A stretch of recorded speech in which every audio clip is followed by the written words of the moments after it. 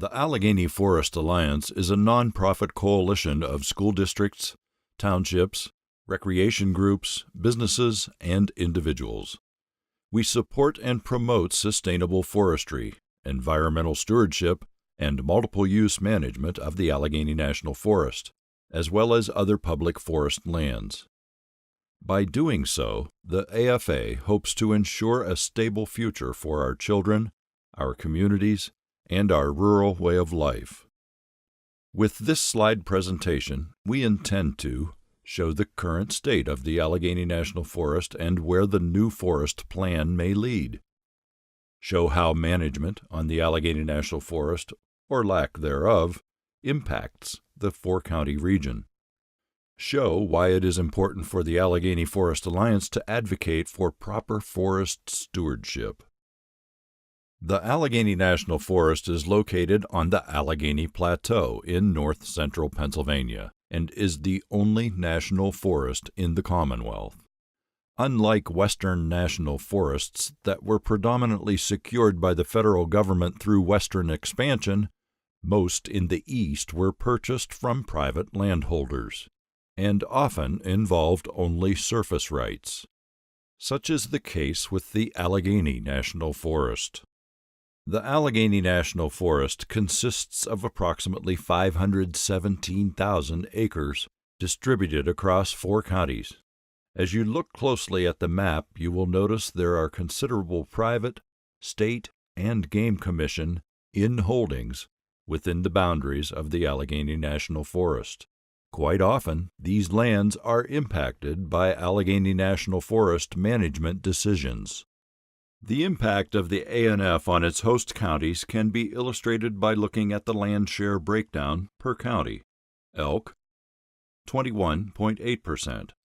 Forest, 23.2%. McCain, 26.4%. Warren, 28.6%. Because federal lands are non-taxable, such a large amount of acreage per county creates a considerable loss in municipal tax revenues. More about this later. The next four slides identify federal laws that play a vital role in the creation and management of the National Forest System. The National Forest System was established by the Organic Administration Act of 1897 for the purpose of securing favorable conditions of water flow and to furnish a continuous supply of timber. Unfortunately, for the past 2 decades, the supply of timber nationwide has severely diminished, even though the forest is mature and well-stocked. The 1908 Act established the Good Neighbor Compact, whereby 25% of all forest receipts collected each year were to benefit local schools and roads within the national forest boundaries to help offset the loss in property tax revenue. Unlike most other states, Pennsylvania school districts and roads are managed at the local rather than the county level. There are 7 school districts and 33 townships on the ANF that should benefit from the Good Neighbor Compact. In 1911, the Weeks Act was passed and was commonly referred to as the Organic Administration Act of the East. This law authorized Congress to purchase private land, often denuded and abandoned, for the express purpose of managing stream flow. The ANF was one such acquisition in 1923.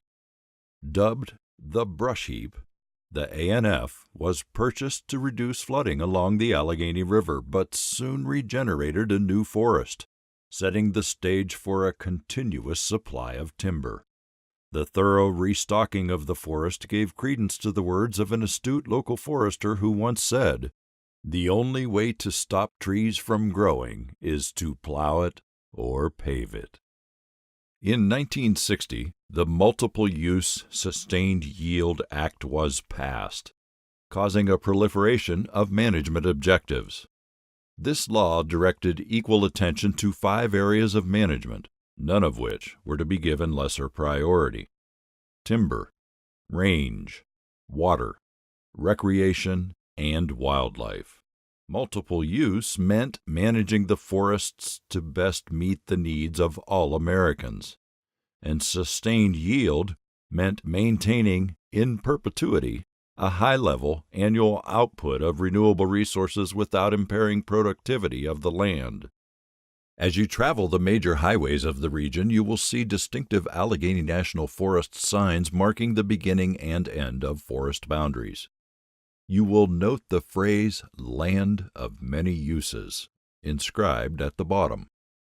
Consistent with the Multiple Use Sustained Yield Act, the ANF indeed offers a variety of recreational opportunities, as well as clean air, fresh water, wildlife, and forest cover as part of its multiple use management package. It is vitally important to recognize the difference between the missions of the Forest Service and the Park Service, because they are often intertwined. The mission of the former is to produce, and the latter to preserve. That justifies why the Forest Service was moved from the Department of Interior to the Department of Agriculture at the turn of the 20th century. The Park Service, to this day, remains part of the Department of Interior.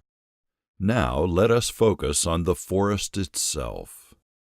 Today, the forest on the Allegheny Plateau is dominated by sun-loving, shade-intolerant hardwoods like cherry, maple, ash, and oak.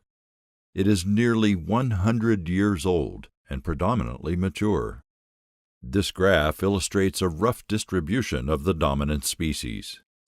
A random snapshot of the Allegheny National Forest shows the density and maturation level that currently exists across much of the landscape. In fact, the growing stock for each of the 4 counties is quite impressive. At the same time, as this slide indicates, harvest volumes are measurably insignificant by comparison. Let's look at a sequence of actual photos that show vividly the transformation of the forest over 7 decades. The complete report and a couple more photos can be found on the USDA Northeast Research Station website. The site we are looking at is from the Little Arno region near Sheffield. The series of photos begins with a snapshot of the landscape in 1927-28 and concludes at the same spot 70 years later. You can see how the forest progresses from seedling and saplings on to the pole timber, and finally to mature saw timber. The trees in the foreground are black cherry and, after 80 years of growth, are considered mature and at their peak of market value. This scenario is indicative of the situation across much of the forest landscape. This graph, produced by the USDA Northeast Research Station, reinforces the pictorial history.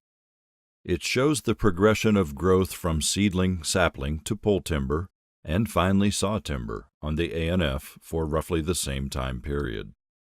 The ever-growing amount of mature timber across much of the forest is causing grave concerns about its sustainable health. Looking again at this view of the forest, note the dense overstory of mature timber with very few early successional or early structural openings. This is a forest largely out of balance, as the next slide demonstrates. The 2007 Forest Plan preparation offered information regarding age class differential as it exists across the landscape. A whopping 83% of the timber falls within the 50 to 110 year or mid-successional age class and is prime for harvest. Only 14% is less than 50 years old or early successional, and a scant 4% is over 110 years old or late successional. Achieving age class balance poses a significant challenge for the Forest Service, with little chance of success in the foreseeable future unless the amount of acres treated is ramped up significantly. In fact, the current Forest Plan, 2007, offers a whole new view of balanced age classes. The final environmental impact statement presents the desired future condition to be 26% less than 50 years. Only 13% in the 51 to 110 age class, 35% in the 111 to 140 age class, and 25% in old growth at 140 or more years. Clearly, this is an entirely different view of the forest, one that places little emphasis on timber harvest, since the majority of merchantable trees are in the 80 to 110-year age class. This slide indicates why a better balance has not been achieved. The Forest Service has consistently failed to reach the allowable sale quantity on the Allegheny National Forest. Harvesting higher volumes would create more early successional cover, bringing it into better balance with mid-successional age class. Unfortunately, it is not happening, and failure to follow the plan has caused greater imbalance. Additionally, while the sale volume has trended downward, so too has the value of the harvest, for various reasons. The bottom line is that the forest is in an unsustainable condition, putting the Good Neighbor Compact in jeopardy. For a better understanding of this issue, you may review the 2008 to 2013 monitoring report, which is available on the website you see on your screen. A further look at the new forest plan provides no viable solutions for local communities. By increasing the number of acres deemed unsuitable for timber harvesting, 138,000 or 26%, the Forest Service simply sidesteps the greatest issues: forest health and community health. Further, by reducing the number of acres treated each year from 7,500 to 5,000, much of which does not involve timber harvesting, the likelihood of seeing any financial or forest health benefit from this asset is diminished significantly.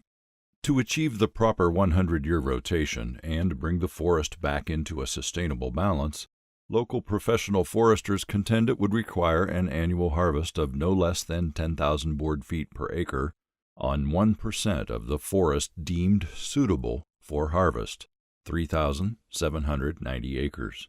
In fact, to make up for inadequate treatment over the last 3 decades, these same foresters assert that doubling the acreage to 7,580 for several years would be necessary to get back on track.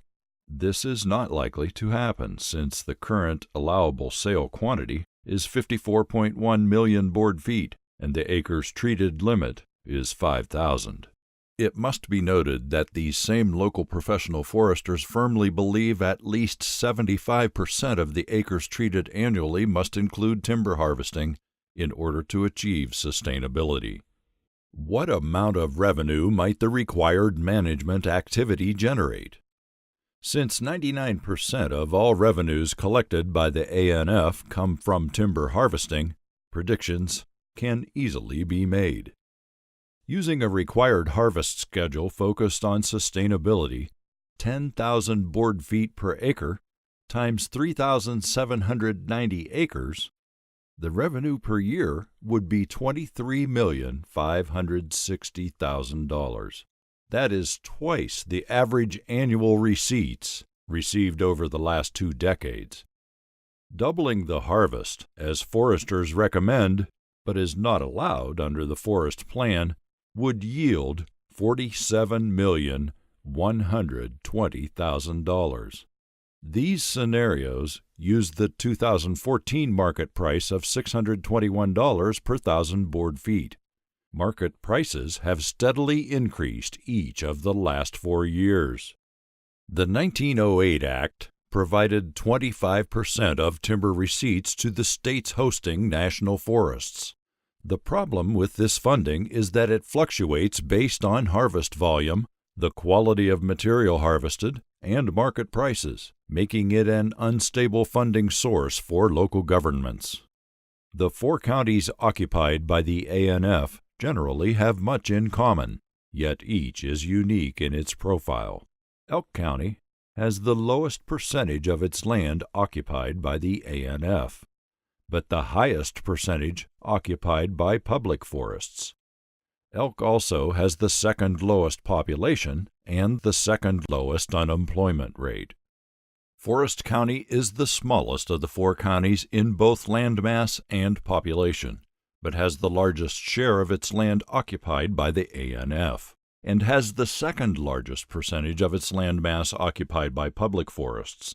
It also has the highest unemployment rate, in part due to the importance of the timber industry in its economy.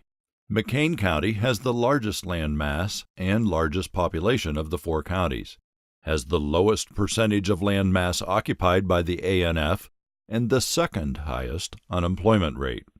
Warren County is the second largest in both size and population, and has the second highest portion of its mass occupied by the ANF. It has the lowest unemployment rate as it is more diverse in its economy. The Allegheny National Forest is a successful example of a public land of many uses, able to benefit the visiting public and local communities alike, able to support both wildlife and local workers, able to support a healthy economy that includes both the timber and tourism industries.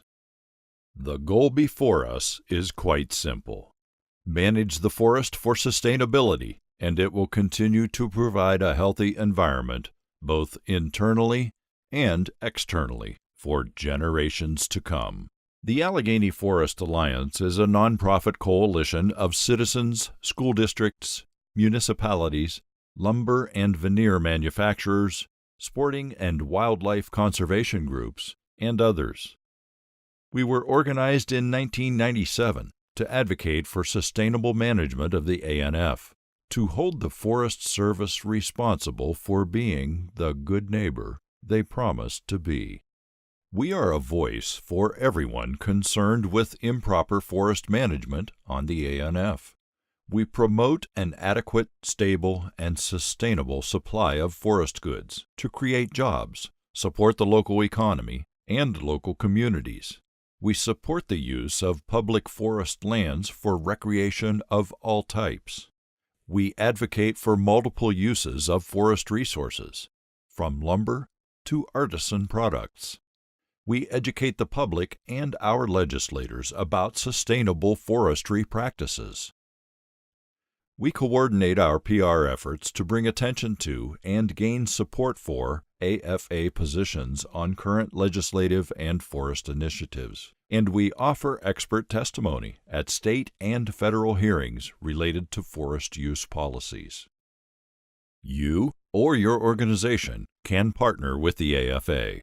Individually and collectively, we can all do our part simply by participating in the democratic process of public debate for public land management, making your own decisions based on scientific fact, not emotion, enhancing your knowledge of sustainable forest resources, seeking your federal legislators' support of sustainable management on the ANF, writing letters to the editor to educate and inform others, supporting the AFA and our partners in any way you're able. Thank you for the opportunity to share the facts with you about the Allegheny Forest Alliance, our mission, and sustainable forest management on the Allegheny National Forest. Visit our website for more information, to join or volunteer with the AFA. We are also on YouTube, Facebook, and Twitter, so like and follow us to keep informed.